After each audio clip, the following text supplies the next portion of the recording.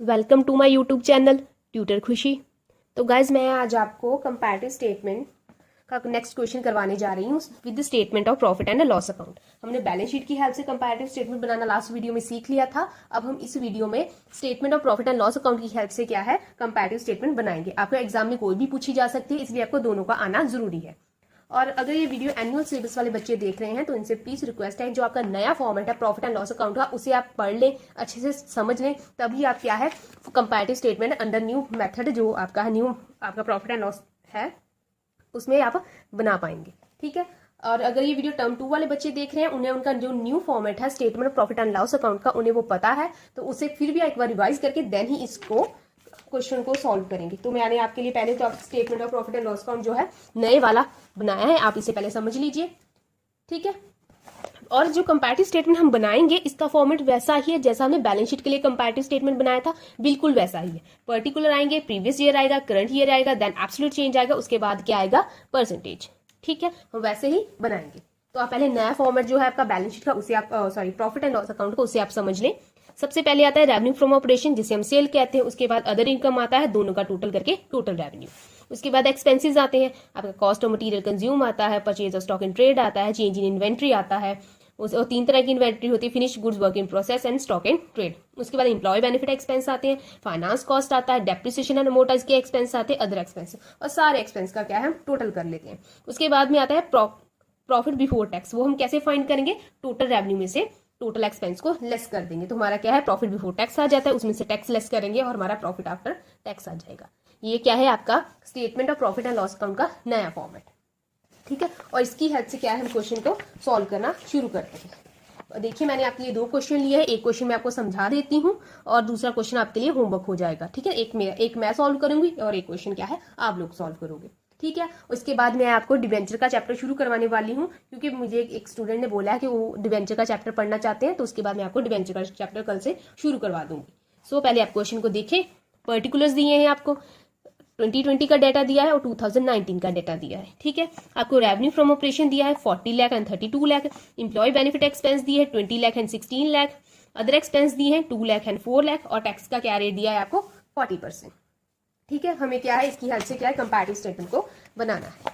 अभी सबसे पहले क्या हम करेंगे, लिखेंगे revenue from operations.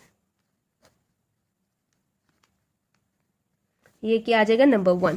Previous year आता है, उसके बाद करंट ईयर आता है। तो हमारा प्रीवियस ईयर कितना है 2019 और करंट कितना है 2020। 2019 हमारा प्रीवियस ईयर है और करंट ईयर है 2020। रेवेन्यू फ्रॉम ऑपरेशन कितना दिया है, 19 का 32 लाख दिया और इसका 2020 का कितना दिया है 40 लाख। तो आप लिख लीजिए 32 लाख दिया है और इसका दिया है 40 लाख। इसको आप A, B, C और D नाम दे सकते हैं। और ये टर्म 2 के बच्चों को इसका एग्जाम में 3 मार्क्स का क्वेश्चन आ सकता है। ठीक है। और एनुअल सिलेबस वालों को 4 मार्क्स का। 32 लाख और कितना एब्सोल्यूट चेंज। एब्सोल्यूट चेंज हम कैसे फाइंड करेंगे, B माइनस A। अगर चेंज पॉजिटिव है तो पॉजिटिव, अगर चेंज नेगेटिव हुआ तो उसे हम क्या है ब्रैकेट्स में शो करेंगे। तो कितना चेंज आ गया 8 लाख का। 40 माइनस 32 दैट इज 8 लाख। और इसका परसेंटेज हम कैसे फाइंड करेंगे, C कॉलम को डिवाइड किया जाएगा A कॉलम से और उसे मल्टीप्लाई किया जाएगा 100 के साथ। जो चेंज आया है उसे डिवाइड कर दिया जाएगा आपके प्रीवियस ईयर के साथ और उसे मल्टीप्लाई किया जाएगा 100 के साथ। ठीक है। और कितना आ गया आपका 8 lakh divided by 32 lakh multiply by 100, आपका आ जाएगा 25%। उसके बाद देखिए आपको अदर रेवेन्यू अदर इनकम कोई नहीं दी है, क्वेश्चन में आपको अदर इनकम कोई नहीं दी है, तो यही क्या है आपका टोटल रेवेन्यू बन जाएगा। टोटल रेवेन्यू, टोटल रेवेन्यू आप फाइंड कीजिए, सेम ही आ जाएगा क्योंकि अदर इनकम कोई भी नहीं है। और रेवेन्यू फ्रॉम ऑपरेशन क्या है, सेल को बोलते हैं, जो हमने सेल किया होगा उसको हम रेवेन्यू फ्रॉम ऑपरेशन बोलते हैं नए फॉर्मेट के अंदर। ठीक है। 32 लाख 40 लाख सेम ही आ जाएगा, 8 लाख और इसका आ जाएगा 25%। उसके बाद में बारी आती है एक्सपेंसेस की, इसे हम नंबर 2 दे देते हैं। एक्सपेंसेस, सारे एक्सपेंसेस आएंगे। ठीक है ना। अब एक्सपेंसेस वाली आपको देखिए क्या क्या एक्सपेंसेस आपको गिवन है। आपको cost of material consume given है, purchase of stock in trade, change in inventory है। और जैसे जैसे ऐसा होता है कि आपको सारी आइटम, जैसे आपको क्वेश्चन आएगा ना अभी एग्जाम में, आपको सारी आइटम्स कभी नहीं दी गई होंगी कि आपको प्रॉफिट एंड लॉस का जो है कंपैरेटिव स्टेटमेंट बनाना है, आपको रेवेन्यू फ्रॉम ऑपरेशन दिया, अदर इनकम दिया और एक्सपेंसेस दिए हैं सारे, ऐसा कभी नहीं होगा। आपको कुछ आइटम्स दी होती है, सपोज आपको रेवेन्यू फ्रॉम ऑपरेशन दे दिया है, अदर इनकम दे दिया है, उसके बाद में आपको एम्प्लॉय बेनिफिट एक्सपेंस दे दिया है और डेप्रिसिएशन अमोर्टाइज एक्सपेंस दिया है। ठीक है, तो आपको पता होना चाहिए सबसे पहले रेवेन्यू फ्रॉम ऑपरेशन आएगा, उसके बाद अदर इनकम आएगा, टोटल हो जाएगा। और एक्सपेंसेस में अगर कोई एक्सपेंस नहीं भी दिया है तो उसे छोड़ो, जो दिया है उसे कंसीडर करो। आपको एम्प्लॉय बेनिफिट एक्सपेंस दिया है उसे कंसीडर करो, उसका चेंज एंड परसेंटेज फाइंड करो। डेप्रिसिएशन अमोर्टाइज दिया है उसका टोटल करो, उसे लिखो, चेंज फाइंड करो परसेंटेज, और टोटल एक्सपेंस में सिर्फ ये दोनों ही आएंगे और आप प्रॉफिट फाइंड कीजिए। रेवेन्यू में से एक्सपेंस लेस करके, उसके बाद आपको टैक्स का अमाउंट दिया होगा तो टैक्स लेस करके आप क्वेश्चन फाइंड सॉल्व कर सकते हैं। आपको cost of material, consumer other expense दिया हो सकता है, आपको purchase of stock in trade and finance cost दिया हो सकता है। ये टोटल डिपेंड होता है एग्जामिनर पे, आपको कौन कौन सी आइटम देनी है। आपको फुल फ्लेज क्वेश्चन कभी भी एग्जाम में कंपैरेटिव स्टेटमेंट बनाने के लिए नहीं दिया जाता। ठीक है, आपको कुछ आइटम दी होती है तो हम उसी कुछ आइटम्स की हेल्प से क्या है क्वेश्चन को सॉल्व करते हैं। जैसे कि इस ये वाला क्वेश्चन देखिए, हमने रेवेन्यू फ्रॉम ऑपरेशन दिया था, हमें अदर इनकम नहीं दिया तो हमने नहीं कंसीडर किया। उसके बाद एक्सपेंसेस आए, एक्सपेंसेस में ये सारे एक्सपेंसेस है, बट हमें क्या गिवन है, हमें क्या है एम्प्लॉय बेनिफिट एक्सपेंस गिवन है, हमें जो गिवन है हम वही कंसीडर कर लेते हैं ना। ठीक है, एक्सपेंसेस, इसके बाद में क्या आएगा, एम्प्लॉय बेनिफिट एक्सपेंसेस। ठीक है ना, क्या क्या एम्प्लॉय बेनिफिट एक्सपेंस दिए हैं, 16 लाख दिया है एंड 20 लाख दिया है। ठीक है, लिख लीजिए, 16 लाख है एंड 20 लाख है, तो कितना चेंज आ गया, 4 लाख का। तो इसका परसेंटेज फाइंड कर लीजिए, 4 lakh divided by 16 lakh multiply by 100 that is 25%। Find भी कर लीजिए, 4 lakh divided by 16 lakh multiply by 100। ठीक है, उसके बाद हमें और क्या एक्सपेंस दिए, अदर एक्सपेंस दिए, तो ठीक है ले लेते हैं। डेप्रिसिएशन अमोर्टाइज एक्सपेंस नहीं दिया है। हाँ, अगर कभी भी आप फॉर्मेट बना रहे हो तो आपका जो फॉर्मेट है इसी फॉर्म आएगा। ठीक है ना, पहले कॉस्ट ऑफ मटेरियल कंज्यूम आएगा, फिर purchase of stock in trade. ऐसा नहीं आप ऊपर नीचे नहीं कर सकते, ये ऐसे ही सीरीज में ये चीजें आएंगी आपको, और एज इट इज ही लर्न करनी पड़ेंगी। ठीक है, आप इसे ऊपर नीचे नहीं कर सकते। उसके बाद क्या है, अदर एक्सपेंस दिए हमें 4 लाख एंड 2 लाख। 19 के कितने दिए, 4 लाख, और 20 के दिए 2 लाख। अदर एक्सपेंस कितने दिए, 4 लाख से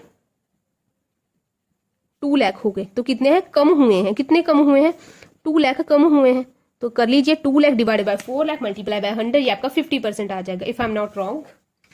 let's calculate it, obvious, yes 50%। ठीक है, तो आपके यहाँ टोटल एक्सपेंस फाइंड कर लीजिए, हमें और कोई एक्सपेंस गिवन नहीं है। टोटल एक्सपेंसेस कितना कितना गिवन है हमें, इन दोनों का टोटल आ जाएगा सीधा 16 प्लस 4, ये कितना आ जाएगा हमारा 20 लाख, और ये कितना आ जाएगा 22 लाख। हाँ ठीक है, तो चेंज कितना, सॉरी ये नेगेटिव है।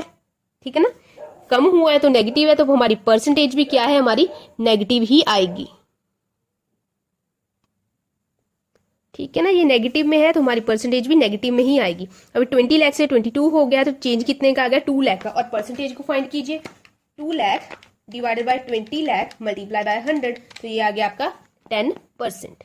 ठीक है, उसके बाद में क्या आ जाएगा आपका, इसको थोड़ा सा और लंबा कर लेते हैं। आप देख लीजिए क्वेश्चन लेंथी हो रहा है, तो आपको छोटा डाटा ही दिया होगा कि आप जो 4-5 मिनट में सॉल्व कर पाए। उसके बाद में आएगा नंबर 3, प्रॉफिट बिफोर टैक्स।